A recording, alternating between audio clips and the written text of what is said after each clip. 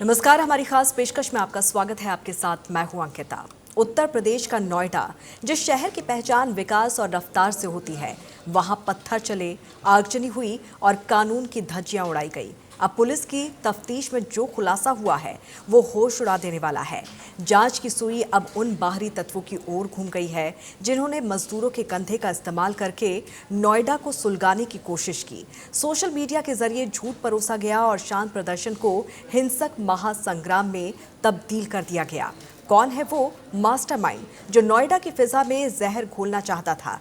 किसने की है नोएडा को जलाने की साजिश? सबसे पहले देखिए हमारी ये खास रिपोर्ट।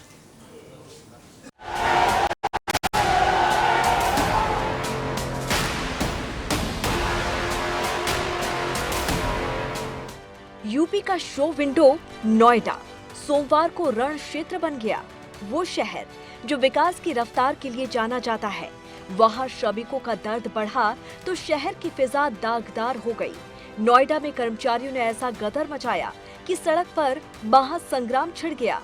नोएडा यूपी का वो शहर जहां की ऊंची इमारतें विकास की गवाही देती हैं। कल वहां धुएं के गुबार और पत्थरों की गूंज सुनाई। हजारों कर्मचारी सड़कों पर उतर आए, गाड़ियां फूकी गई, फैक्ट्रियों में तोड़फोड़ हुई और शहर की रफ्तार पर ब्रेक लग गया। मांग थी वेतन वृद्धि की, लेकिन इस प्रदर्शन के पीछे की हकीकत कुछ और ही निकली।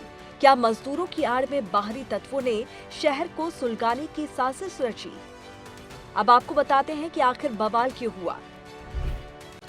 सैलरी में बढ़ोतरी की मांग पर अड़े श्रमिक। 3 दिनों से चल रहा था शांतिपूर्ण प्रदर्शन। सोमवार को अचानक उग्र हुई भीड़, नतीजा आगजनी। बाहरी तत्वों और सोशल मीडिया ने भड़काई आग। हालात बिगड़ते देख लखनऊ से सीधा एक्शन हुआ।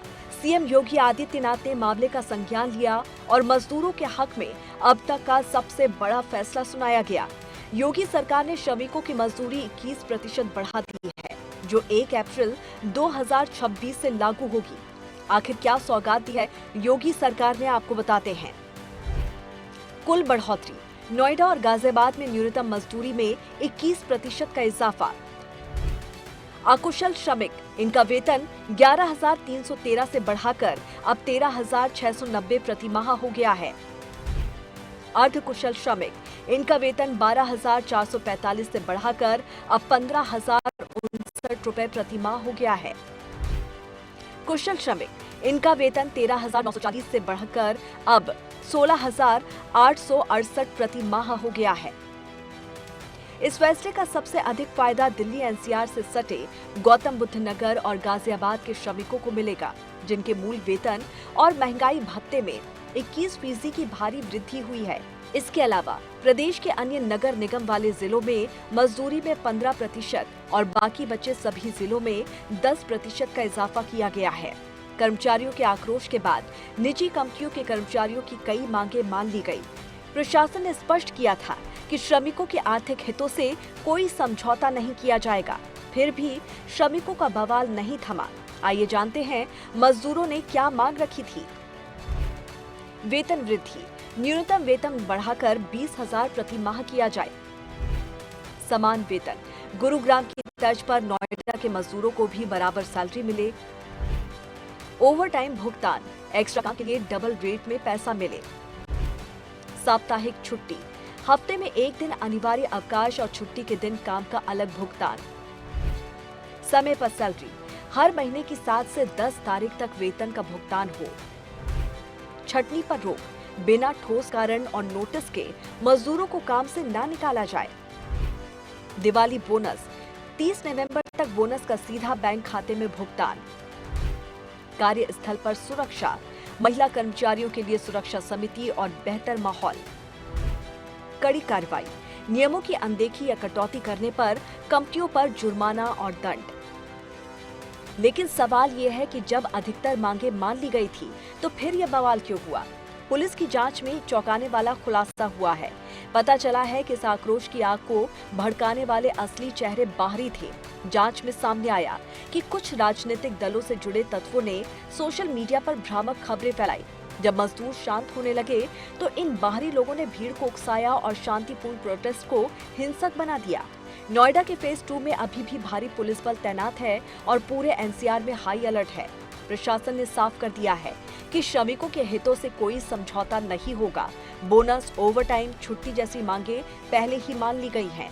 सरकार का कहना है कि भविष्य में वेस्ट बोर्ड की सिफारिशों पर वेतन और बढ़ सकता है, लेकिन बड़ा सवाल अभी भी खड़ा है, क्या ये मजदूरों का असली दर्द था या किसी की बड़ी साजिश का हिस्सा? फिलहाल नोएडा में शांति बहाल करने की कोशिशें लगातार जारी हैं। भारी आर्थिक नुकसान हो चुका है और अब पुलिस उन मास्टरमाइंड्स की तलाश में है जिन्होंने मजदूरों के कंधे पर रखकर सियासी बंदूक चलाई है। नहीं, क्या मामला है देखेंगे। अगर अभी कुछ मैंने सुना है, कुछ कर्मचारी वेतन वृद्धि की मांग को लेकर के प्रदर्शन कर रहे थे, बात करके समाधान निकाला जाएगा। आज नोएडा में आज देखने को मिला है जहां तमाम गाड़ियां जला दी गई हैं और पुलिस को भी भागना पड़ गया वहां से।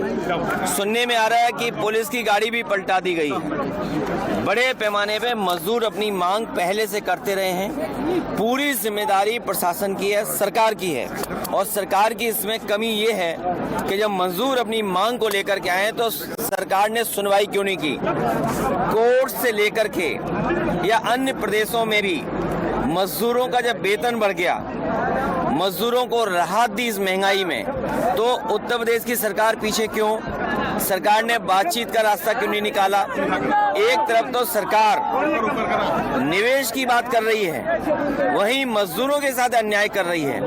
और निवेश अगर आएगा और मजदूर नहीं होंगे तो कारखाने कैसे चलेंगे? ये पूरी जिम्मेदारी सरकार की है। सरकार किसी की बात सुनना नहीं चाहती। सरकार लोकतांत्रिक सरकार नहीं है, लोकतंत्र में विश्वास नहीं करती है, एक तंत्र में विश्वास करती है। संविधान पर